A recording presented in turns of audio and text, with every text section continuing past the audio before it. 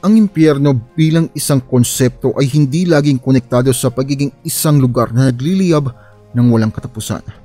Sa kasaysayan ng sangkatauhan, nagsimula lang naman yon sa mga monotheistic na relihiyon tulad ng Kristyanismo, Zoroastrianism at Islam. Ang Hinduism, Buddhism at maging ang Norse mythology ay hindi naman naniniwala sa impyerno na mainit na lugar. So bakit nga ba ganun ang paniniwala doon? Ang deskripsyon ng impyerno ay nagre-reflect sa pinakakinatatakutan ng mga tao.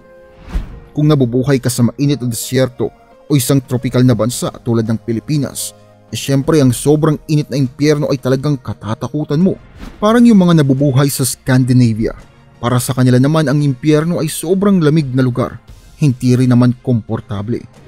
Yun ang dahilan kaya unique ang konsepto ng impyerno. Nakabase kasi ito sa kapaligiran. Kaya madalang ang dalawang relihiyon na may talagang parehas na view tungkol doon, lalo na kung nagmula sila sa magkaibang sulok ng mundo. Imagine na naibalik ka sa oras doon sa Palestine at hinulog ka sa isang disyerto. Kahit saan ka tumingin, kahit sa pinakamalayong natatanaw mo, buhangin na makikita mo at syempre tirik ng araw. Ano ang magiging pinakamalaking alalahanin mo? Syempre sigurado kung ang unang dalawang hahanapin mo ay tubig na maiinom at masisilungan. Para sa sino mang naninirahan sa disyerto, ang tubig at masisilungan ay hindi lang basta simple needs, kundi necessity para makasurvive. Walang patawad ang disyerto at para sa mga tao nagtatanong kung ano bang kasunod ng kamatayan kung salbahe ka, natural lang na ang maiisip nilang sitwasyon sa impyerno ay yung mas matindi pa sa disyerto. At syempre, ang langit o paradise ay ang lugar na may preskong masisilungan at syempre may supply ng malamig na coke. Ang Persia, ang birthplace ng Zoroastrianism ay may matagal ng kasaysayan ng mga walled gardens at lush green spaces. At ang bersyon nila ng paraiso ay naglalaman ng hardin na nagsisilbing eternal place para sa shelter nila. Sa Kristyanismo naman, ang mga naniniwala daw kay Kristo ay mabubuhay muli sa New Jerusalem. At para naman sa mga Muslim, ang paraiso ay ang lugar kung saan mayroong ilog ng gatas, honey at wine.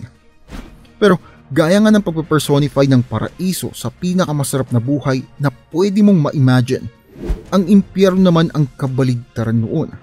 At kung mapapansin mo, halos lahat ng relihiyon ay nagliliyab ang deskripsyon sa impyerno. Bakit kaya?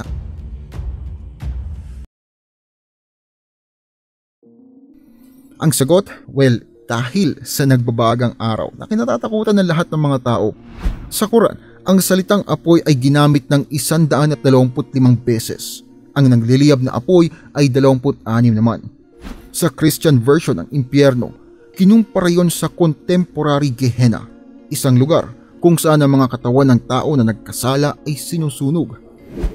Kung ang impyerno ay paniniwala ng mga tao na pinaniniwalaan sa buong mundo, syempre hindi naman ito isasama ang mga hyper-localized themes. Matatakot ba sa isang mainit na lugar ang taong sa buong buhay niya sa nagyayelong lugar siya namuhay? Syempre hindi, di ba? Hindi na nakakagulat na ang Niflheim, isang realm ng primordial ice at cold na may nagyayelong ilog, ang siyang destinasyon ng mga taong hindi karapat-dapat sa Valhalla. Ang Niflheim ay hindi lang basta-basta nagyayelo. Kilala rin ito bilang The World of Mist, na isang indikasyon ng isa pang takot, ang mawala o maligaw tuwing may blizzard. Kaya ng takot ng mga taga-disyerto na maluto sa init ng araw. Ang mga naninirahan sa mga pinakamalalamig na lugar ay takot din na magyelo. Kaya nga ang konsepto ng impyerno nakadepende sa kung nasaan ba ang mga naniniwala doon. So, papaano naman ang mga kultura na wala ang mga pangambang yun? Papaano kung nabubuhay sila sa isang masiglang gubat o kalupaan kung saan ang klima ay saktong-sakto lang sa pamumuhay nila? Ang Hinduism ay nagmula sa India kung saan ang pagkain at tubig ay talagang napakarami.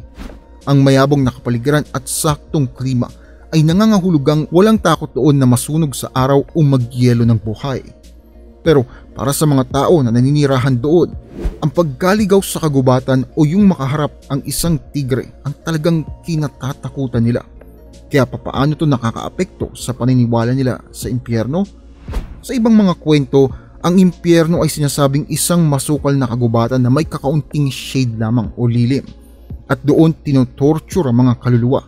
Sa Book of Rauraba, isang depiksyon ng impyerno ay ang lugar kung saan ang mga makasalanang tao ay tinotorture ng mga nabubuhay na nilalang tulad ng mga mababagsik na serpent-like beasts.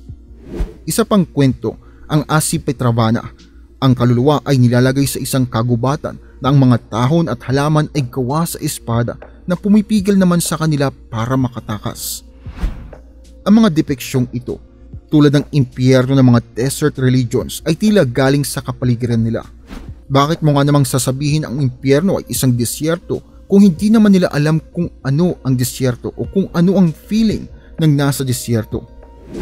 Ang isang apocalyptic jungle kung saan hindi lang mga mababangis na hayop ang aatake sa iyo, kundi mga espiritu ng mga puno, ay talaga namang nakakatakot. At siguro ang takot na yon ay mas matindi pa sa kahit anong foreign concept ng impyerno. Ang mga Aztecs ay nagmula sa Central Mexico, isang lugar na puno ng mga mountain ranges. Naniniwala sila na kapag namatay ang isang tao, kailangan nilang maglakbay na aabutin ng 4 na taon patungo sa Mictlan, ang huling himlayan. Pero sa paglalakbay na yun, maraming mga pagsubok tulad ng paglalakad sa kabundukan kung saan ang mga bundok ay nagbabanggaan sa isa't isa. Kaya ng iba, tila binabase ang paniniwalang to sa kapaligiran nila. Ang paglalarawan sa isang mundo na may masukal na kagubatan ay walang sense kung ang pinagpapaliwanagan mo ay hindi pa naman nakakapunta ng gubat. Pero ang mga bundok na nagbabanggaan ay talagang nakakatakot, lalo na sa mga taong napapaligiran ng bundok ang kanilang tinitirhan. Ayon nga sa Fiji religion, ang kaluluwa ng tao ay dinadala sa Morimoria, kung saan kailangan nilang tawirin ang Path of the Souls. Pero hindi tulad sa ibang relihiyon, ang mga tao ay hindi pinaparusahan dahil sa kanilang kasalanan, kundi sa hindi pagsunod sa Fijian culture. Halimbawa, ang mga hindi binutasan ng kanilang tenga ay kailangan magbitbit ng kahoy sa kanilang balikat. Ang mga babaeng walang tattoo ay hahabulin ng mga multong gustong punitin ang balat nila. Hindi lang sa ang impyerno ang iba sa mga Fijians, kundi maging ang mismong definisyon ng kasalanan ay iba. Sa original na Greek mythology, ang Tartarus ay ginamit bilang butas para sa mga Titans dahil sila ay panganib sa mga Diyos ng Olympus. Kalaunan, na-expand ang pit na to at nasama ang mga mortals. Sa pag-expand ng Greeks at nakasalamuhan na ang ibang kultura, nagsimula na silang mag-evolve sa kung papaano hahatulan ang mga tao. Ayon nga kay Plato, 3 demigods ang namamahala sa mga kaluluwa ng mga taga-Europa, mga taga-Asya at taga-Greek, at ang sino mang hindi papasok sa kanilang panghuhusga ay ibabato sa Tartarus. Paano naman ng mga African o Native American? May mga demigod bang humuhusga sa kanila o may free pass sila? Ulitin ko, pinakita nito kung papaanong naging localized ang konsepto ng impyerno. Dahil hindi naman nila kilala ang mga African, edi wala silang ideya kung papaanong huhusgahan ng mga yun. Kapag tinitignan natin ang iba't ibang belief system sa kanilang environmental context, makakakita tayo ng pattern. Sa ngayon, pag sinabing impyerno, matik na nagliliyabang nasa isip ninyo, hindi kagubatan, hindi bundok. Bakit?